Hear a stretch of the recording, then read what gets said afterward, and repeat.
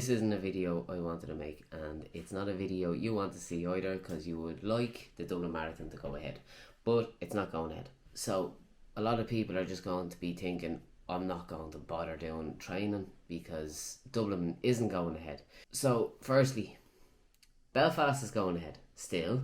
I'm not sure if this place is still for Manchester. Regardless if Belfast isn't going ahead or Dublin isn't going ahead or you can't get into Belfast, those are out of your control. But what's in your control is that you can still train. And you might be thinking, I'm not doing another virtual, but I'm going to give you an example of why you should still train. So firstly, people that I have trained for, well, Dublin 2020 that didn't go ahead, and whose PB was 4:14 in 2019 is now sub 3:30, or people who were in around the 3:45, 3:50 mark are now 3:20 runners. The reason because of that is that they still trained as if there was a marathon, and they're still training, they're still putting themselves through the extra levels that they wouldn't have done if there wasn't a marathon going ahead.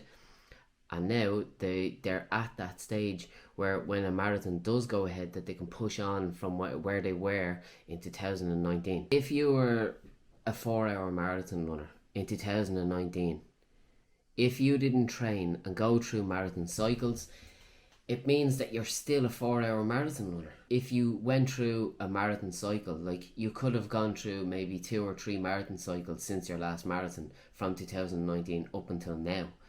A few marathon cycles, that could be the equivalent of an hour of a PB. But because you haven't gone through those stages, you haven't gone through the times that you were supposed to be hitting. If you haven't gone through that, there's no possible way that you can get to that level in the next few months. So think about where you want to be when a marathon does go ahead, and go through those stages that are going to allow you to run at that stage. In a few, let's say Dublin 2022, or even Dublin 2025 if it doesn't go ahead next year, you can still go through those stages of those running and breaking down each time where you're going to be in a few years, even a year's time, 6 months' time. It doesn't matter. The power is in your control. You can still train for a marathon, albeit a virtual, but I think there will be a marathon at the end of October somewhere in Ireland. A lot of races will open up now. Trust me, there will be something at the end of October. But if not, book Belfast. Get the work done. Still train for a marathon. Still train as if it's going ahead.